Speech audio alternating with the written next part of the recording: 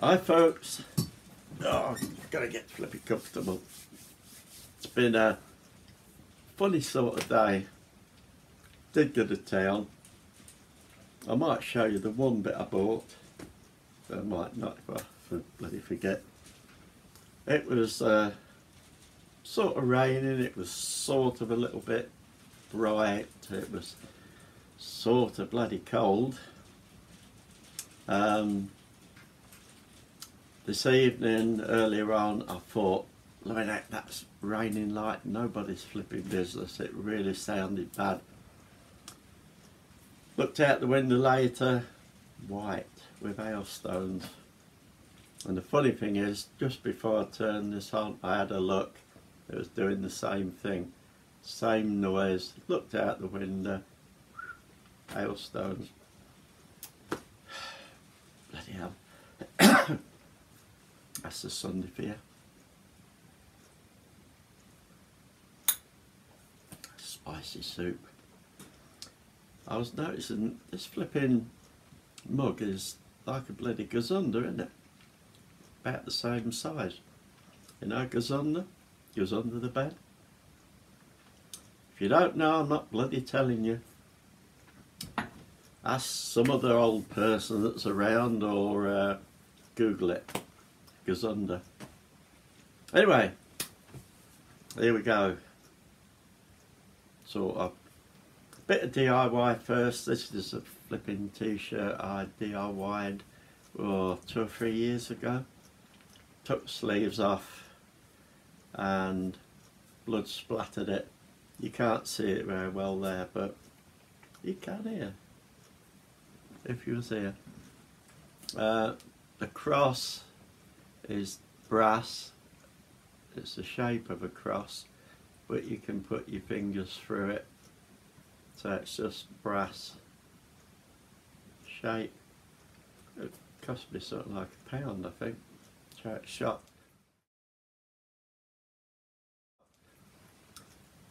Bit of DIY again. That's what you call, I don't know if you can see that, I'll put a picture up. It's an homemade pendant, flower of paradise. If you don't know what a flower of paradise pendant is, Google it. But there, it's there anyway. So, the video. I'm not sure if it's a tag or not. This isn't, I haven't figured out what I'm going to say. I haven't sat there thinking I'm going to say this, I'm going to say that. This is going to be off the top of my head. And like I've said in the past, when I do this sort of video, it's just my thoughts to maybe waken other people's thoughts up to things, and you'll either agree with them or you won't, or it'll make you think and think, hang on, I never looked at it that way before or not. Because I do that with lots of things to do with the Goth subculture and things round about it. Sometimes things will just hit me one day and I think, hang on, I never thought of something that way before. And sometimes when you think of something, it can blow something else out the flipping water. So, yeah, if you look at the title, it's Don't Take Goth So Seriously. And this, I think, was started by Amy Nekrotique. I'll leave a link down there for the video where she's given her view on it. And I was watching it and I thought, yeah, I'll give my view on it or ideas on it. And so let's look at that. Don't take Goth so seriously. You do see it a lot. People will be this about Goth, that about Goth, the subculture, the music, the this. And people will go, oh, don't take Goth so seriously. But is that Is that right? Is it wrong?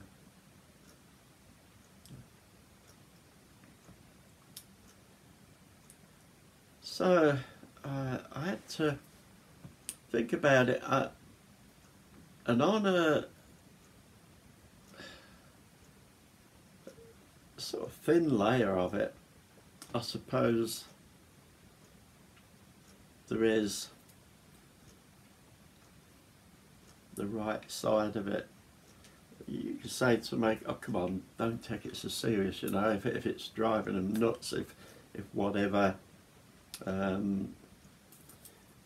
thinking of at the time, or is probably troubling them or whatever, it's probably a good idea. Come on, don't take it so seriously, you're letting this bloody get to you. On the other hand, when you hear that said a lot, and I've seen it said a lot, and I would even say when I've seen it come up, written down, or said verbally, I think sometimes at those times, under the circumstances, I've thought, hang on, that's like a bit of a cop-out, you know. So it can be the right thing at the right time. It can be a total flipping cop-out. And I suppose it can be levels in between. But let's look at it from where I'm coming from.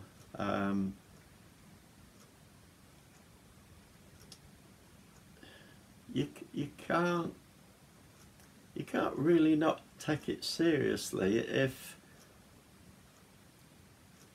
it's like having one foot in something and one foot out of something, saying, well, yeah, I'm sort of, I am, but oh, hang on, I'm not. And it's again, it's a little bit like, well, if the right people come along, I can go, yay. But if these other people come along, I can sort of say, well, hang on, don't take me so seriously. I might look like this, or I might, and that gives you a bit of a way to back out of it. I don't know. But you got to say that sentence in your mind a few times and see what it conjures up to you. Don't take Goth so seriously. I think we have to take it seriously. If we don't take it serious, it can soon flipping disappear from underneath our noses. So we can't just not take it serious as though it's not important to us. I think if it's not the be all and end all to you, then you don't particularly have to take it serious, because I think whether it's there or not is not going to make much bloody difference to you. If you're dabbling within Goth, not taking it too serious, just a bit of fun and everything, then yeah, I can see that. But if you are anywhere near true Goth, then for me, I think, yeah, it is serious, and like anything else, take it seriously. Which means that I don't mean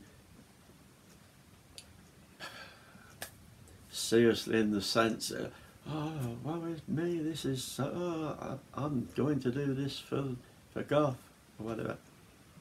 But it's like anything, you've got to be serious about what you're doing. If you have a career, or you have just a job, if you've got a family, or you say to each other, okay, are we going to have a family? We're married? Are we good? Yeah. Talk about it. You've got to be serious about it. You can't sort of say, well, don't take it seriously. You're going to have a family. It's serious. You've got to flipping learn what it's about, and you've got to live it, and you've got to do it. and there's things within it that you should be doing and things within it that you shouldn't be doing. And it's the same with Goth. If you're not taking it serious, then you can do it a lot of bloody damage. Because if I went to town tomorrow and I had the attitude, don't take bloody Goth so serious, that means I could probably go to town and just be running bloody willy-nilly and no, don't be bloody serious about it, and be doing things that, even unbeknown to me, people are watching, taking in, and they associate. So if you look at it in that way, if I or somebody doesn't take it serious and says, this is my life, this is what I'm in, this is the way I go, this is the way I think, feel, the whole shebang. If you don't take that serious, then you can do a lot of bloody damage on it, because people will envisage it different, they'll see you different, they'll see what we do different, and whatever we say or other people say to them or their friends or whatever afterwards, you've got a hell of a bloody job to turn that round again. So, yeah, we've got to be serious about what we do, and we've got to think about what we do, think about what we say. And on the whole, I think Goth is got a pretty bloody good reputation. I never hear anybody talking about Goth as a bloody pain in the arse thing that is around. People might think Goths look a bit weird, wonderful, they're not quite sure what the hell you're into or whatever. But I've never come across people personally that go back like that, like you're some sort of the opposite. They'll want to come towards you and talk about it, and maybe that's part of the seriousness as well, when you see people and you can tell when people are wanting to approach you, they're wanting to talk to you or whatever, they're wanting to find out, they're wanting to find out about you, they're wanting to find about why you like this and everything. And if you're serious about it, then you will honour what they, you know, it's no good saying, oh, bloody people should just keep their bloody self and not ask us things and not this and not that. Why? You can't go to town and sort of then come home and go, oh, bloody people, you know, you can't go out without people bloody what's in this at you, something that at you. Well, if you're not serious, you're causing that. If you're serious about what you are, then you put yourself out a little bit, and if people want to talk, you spend a little bit of time and talk to them. They want to, oh, what's that sort of thing that you wear mean, is it? They want to bloody know. They're not being bloody totally nosy and bloody ridiculous. Just, I've always seen one of them. What's that for? Why do you wear this? Something like that. But you got to be bloody serious, and when you're serious about Goth, you have to be a caretaker of it. And that's probably the word. A caretaker. We're all caretakers of this subculture, and for me, I think if we use that sentence totally in the wrong way, then we can do damage. And got to be very careful, older ones, we've got to be very careful we're not saying those things to young ones. Oh, stop taking it so bloody seriously. Of course they take it seriously, because if you're an old one, if you're an old Goth that's sort of a bit relaxed and everything now, go back to the time when you were those sort of ages. Did you take it serious? Of course you bloody took it serious. You breathed it every day, you flipping drank it, you ate it, you dreamt it, And then you got up the next day and it all started again. It was serious. It was, oh, this is what makes my bloody heart pump every day. And you can get older and lackadaisical.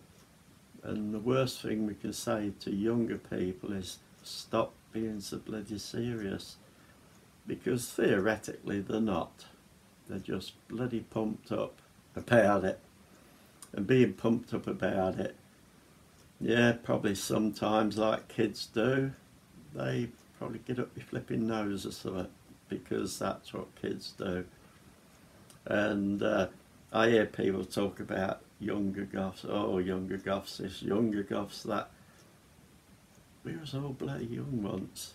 And some of you that's probably looking at this and think, well, I'm young and I still think that. Well, yeah, because you're on that bloody change of going out of it. But the best thing to do, whatever age you is look back at yourself. But yeah, I'm not going to go into loads of stuff over this, but I think Goth's there, we're within it, we're not 1 foot in, 1 foot out, we're not playing around the edges. If you're in it, you're in it, and it is serious. We are caretakers of it. We have to put effort, time and energy into it to move it on. And probably if we was all a little bit more like that, we wouldn't be looking at stuff we do today and saying, what the friggin' hell's that? People that are trying to pump stuff into the goth subculture that is nothing at all to do with bloody goth subculture. It's people wanting to make money off the back of goth.